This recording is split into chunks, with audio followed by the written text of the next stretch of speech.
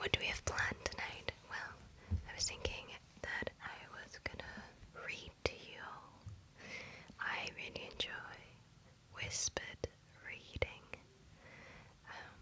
so I hope you will too. The book I chose is the latest book that I have read. It is called The Weight of Ink by Rachel Kadish.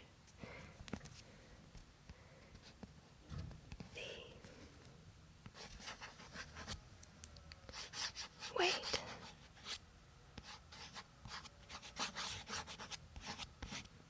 of ink. There we go.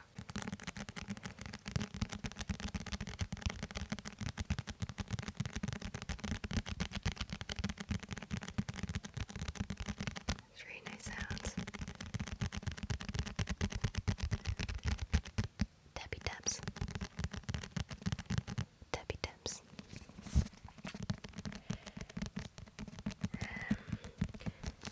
This is an amazing book, an amazing story. It is, quite frankly, one of the best ones, if not the best book I have ever read. So I highly, highly recommend it.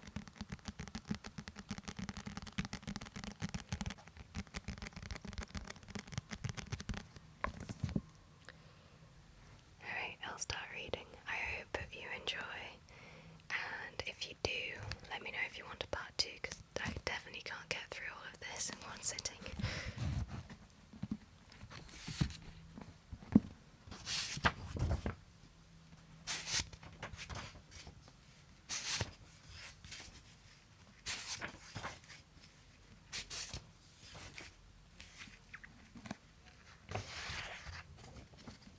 Alright, let's go. A little note before we begin. This book, every chapter starts with a date and a place. And some of the dates, actually maybe most of the dates, I'm not sure, also have the Hebrew year. And I do have to say that I probably will scorch some of the names. So I do apologise for that in advance. Alright, let's get going. June the 8th, 1691, or the 2nd Sivan of the Hebrew year 5451. Richmond, Surrey. Let me begin afresh, perhaps this time to tell the truth, for in the biting hush of ink on paper, where truth ought to raise its head and speak without fear, I have long lied. I have naught to defend my actions, yet though my heart feels no remorse, my deeds would confess themselves to paper now as the least of tributes to him who I once betrayed.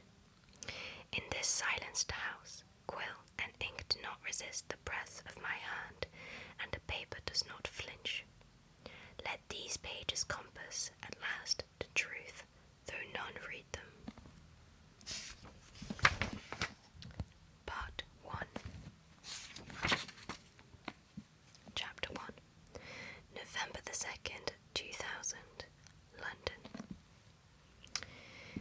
She sat at her desk. It was a fine afternoon, but the cold sunshine beyond her office window oppressed her. In younger days she might have ventured out, hoping against reason from warmth. Hope against reason, an opiate she'd long abandoned.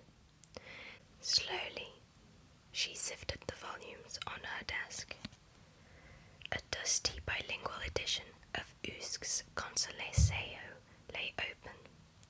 She ran the pad of one finger down the page before carefully shutting the book.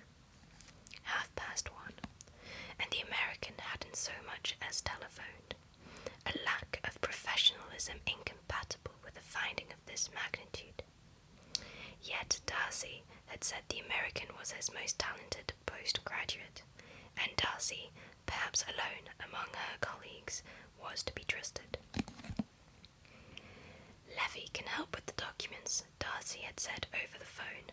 Glad to lend him to you for a bit. He's amusingly ambitious in the American sort of way.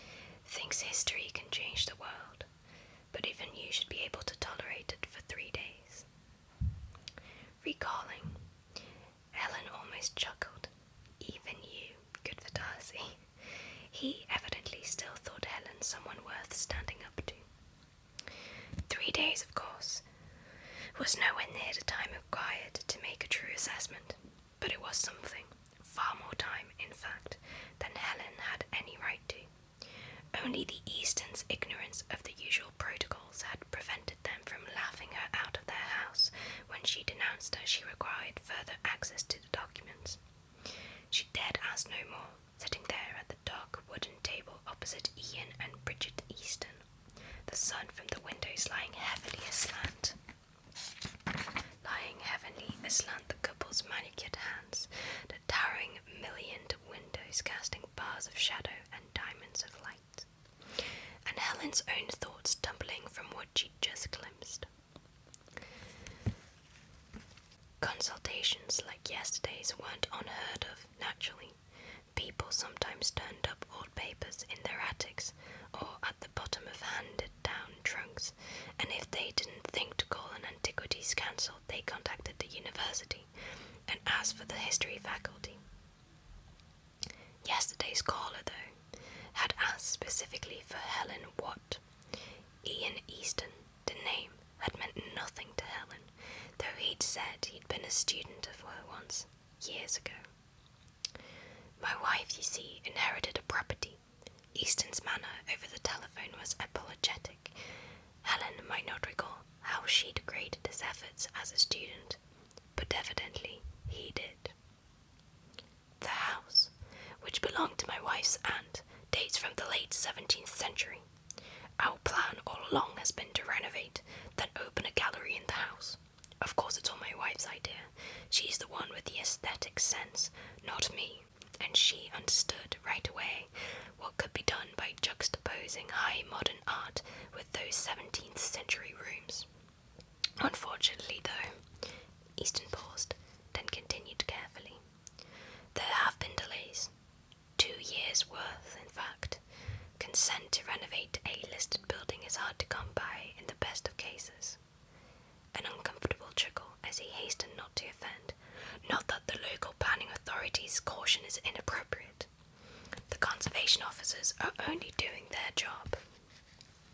But, rather inconveniently, it seems my wife's late aunt spent decades offending members of every historical preservation group in the vicinity. Now that we've finally obtained all the requisite permissions, we've had an electrician open a space under the old carved staircase to put in wiring, and the fellow quit work after 15 minutes. Called me over to say he'd found a stash of papers in Arabic, and the building ought to be checked for hideaway imams and maybe terrorists. All the same to him. In any case, he'd be off to another job till I sorted it. Seems he didn't notice that the papers he found are dated more than 300 years ago. I had a look, and I think the lettering might in fact be Hebrew. There's something, I think it's Spanish, addressed to a rabbi, so... Ian Easton's voice trailed off awkwardly. So, he added, I'm calling. Telephone cradled to her cheek. Helen had let the pause lengthen. She considered the file open on her computer, the cursor blinking endlessly as it had the past hour, midway through a paragraph she'd no taste for. She couldn't remember ever feeling dull about her work, but this was how it was lately. Things that had once felt vibrant were draining from her, and now and then other sparks had begun appearing in her mind as though thrown up by hammer blows. Flashes of memory riveting the soft thump of a shed door closing in the desert heat, smells filling her nostrils for a dizzying instant, sparks extinguishing, thank heaven, before they could catch. She'd straightened a low stack of books. Perhaps Monday, she said. Thing is, Easton's voice attained a slightly more anxious pitch. "I wonder if you might come today. We've had quite a time getting this electrician, and we don't want him to take another job. And the papers seem fragile. I felt I shouldn't move them." In truth, she knew she could afford a few hours. She'd barely progressed in her writing all day, and this paper she was writing was mere clean-up work, something she'd promised herself to finish before retirement.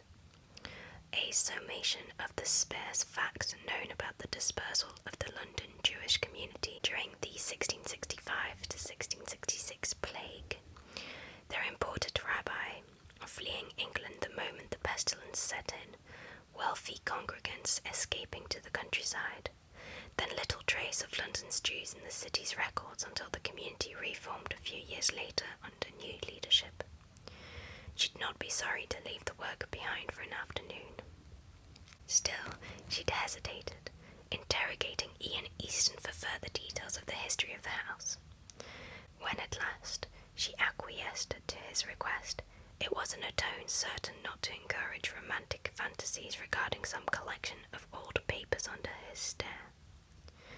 A brief drive to Richmond to check out some papers then. She'd undertaken it with a dim sense that this was the sort of thing she ought to be doing, getting herself out and about on a clear day while she still could. As she'd settled into the car, her keys had rattled so wildly in her hand that she'd had to tame the keyring with both fists before singling out the right key. Forcing it into the ignition took 3 tries. Today was a bad day then. She'd need to bear that in mind. 20 minutes later, she'd parked her car in Richmond and was walking up a half-sunken stone path, her steps slowing as she caught her first sight of the house. Ian Easton had said over the phone that the building was from the late 17th century, yes. But Helen had until this moment thought the claim unlikely. There were few original 17th century houses in this area, most fastidiously preserved and documented down to the last weathered brick. But there could be no doubt that this house was of that era. Looming in the chill afternoon light, it was so unlike its neighbours it seemed huddled in silent conversation with itself. The ornamented eaves, the inset stone carvings midway up the facade of soft cornered bricks, even the small rounded stones of the path to its heavy front door, all were unmistakable. This house design was an obvious echo of the few remaining 17th century manor houses of the area, though not on their palatial scale. Still, here was a structure clearly built in that same age by someone with considerable wealth and social aspirations. It was easy to see, too, why this building lacked the status and renown of some of its contemporaries. Whatever grandeur it had possessed in the 17th century, the house had clearly been brought half to its knees by neglect, and worse, by bits of slapdash modernization and incongruous addition to the left of the main entry, more Victorian than English Baroque. A length of degraded aluminium gutter laid amid the slate, presumably to manage a long-ago leak. Telephone and power wires blizzarding the house, slicing across the strict lines of the mullioned windows. She approached the door, her cane slipping on the irregular stones. Her breath was uneven from the unaccustomed exertion. She slowed to calm it. On a narrow window beside the door, a reflection of her own bent figure. As she leaned closer, it rippled as though on the dark surface of a stream, a pale, aging professor in her outdated suit, tilted to one side, leaning on her cane. She set one hand, tentatively, on the cool brick beside the window.